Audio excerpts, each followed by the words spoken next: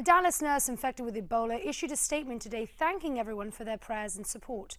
I'm Francesca Page, and this story tops your Newsmax Now update. The 26-year-old patient says she's doing well. Nina Pham became infected with the virus while treating Ebola victim Thomas Duncan, who died last week. Investigators are currently trying to figure out how Pham caught the disease. For now, Pham is receiving treatments which include a blood transfusion from Ebola survivor Dr. Kent Brantley. Meanwhile, the World Health Organization says we may see a massive spike of new Ebola cases. We will go over 9,000 cases this week. This trend, as you can see, the number of reported deaths are 4,447 as of this morning. And in a month, the WHO says West Africa could see as many as 10,000 new cases each week.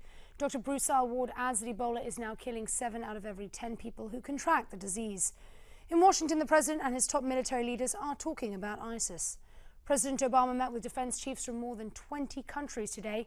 The meeting comes as coalition airstrikes continue to target ISIS rebels around Kobani, the Syrian city near the Turkish border, which has been under siege by Islamic State militants. The FBI and Department of Homeland Security says there's a new ISIS threat involving lone wolf attacks. The warning is going out to law enforcement agencies around the country. Federal officials say the terror group is calling for attacks on media figures, the military and police in Western countries around the world. New Jersey Governor Chris Christie is taking a big hit with his constituents. The governor's favorability rating has dropped 7 points for the lowest numbers in 3 years.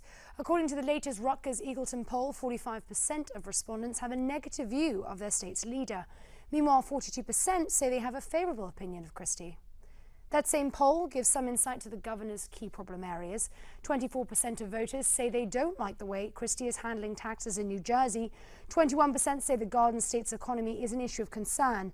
And 16% of respondents cite allegations of corruption as a big problem. And many of us have seen those Google cars equipped with cameras for the street view on Google Maps. But what do they do when there's no street? Google decided to put the camera on a camel. That's Rafia, a camel being used to give a new view of the empty quarter on the Arabian Peninsula, the largest sand desert in the world. Google says it decided to use the camel for authenticity. That was your latest Newsmax Now update. We'll have another one coming your way in about 30 minutes. And remember to always stay connected at newsmax.com. For now, let's head over to New York and the Steve Malzberg Show.